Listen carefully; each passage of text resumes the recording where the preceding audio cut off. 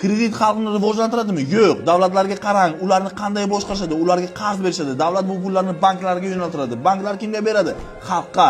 Moliyaviy savodxonligi past xalq bu pullarni hech qachon investitsiya, biznes, ishlab chiqarishga emas, aksincha maishiy texnika, to'y, mashina, jihozlar, qiymat tushadigan narsalarga sarflaydi. Natijada hamma qarzdor, pul zanjiri pastdan yuqoriga qarab ketadi. Davlat avtomatik boshqariladi. Bizdagi banklar eski model, markaziy bankdan 14% dan ol, 22%, 30% ga xalqqa ber. Yagona daromad manbai kredit foizi.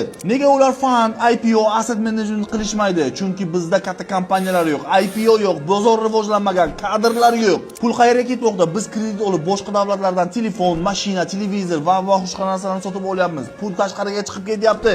Bizda esa ishlab chiqaruvchi kompaniya yo'q, investor yo'q. Amerikaga qarang, Apple, Nvidia, Microsoft odamlar pullari bilan o'smoqda.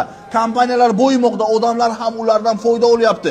Bizchi savodimiz bo'lmasa, ilm olmasak, unisi bunday qilmayapti, bunisi bunday qilmayapti deb o'tirsak, hech narsa o'zgarmayapti. Trillion pul bermaydimi?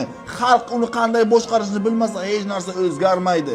Davlat o'sish uchun xalq ilmli bo'lishi kerak. Da, bizni bundan chalg'itishyapti, chunki boshqa insonlarga, boshqa davlatlarga bu nevigidna, ularga bu narsa yoqmaydi. Rivojlanmasak boshqa davlatlarga borib, boshqalarga ishlaymiz va kredit yopib yuramiz. Shu uchun ilm oling deyman, asabiylashib gapiraman, chunki haqiqatni ko'rib o'tirman. Moliyaviy savodxon bo'lmasangiz hech narsani o'zgartira olmaymiz.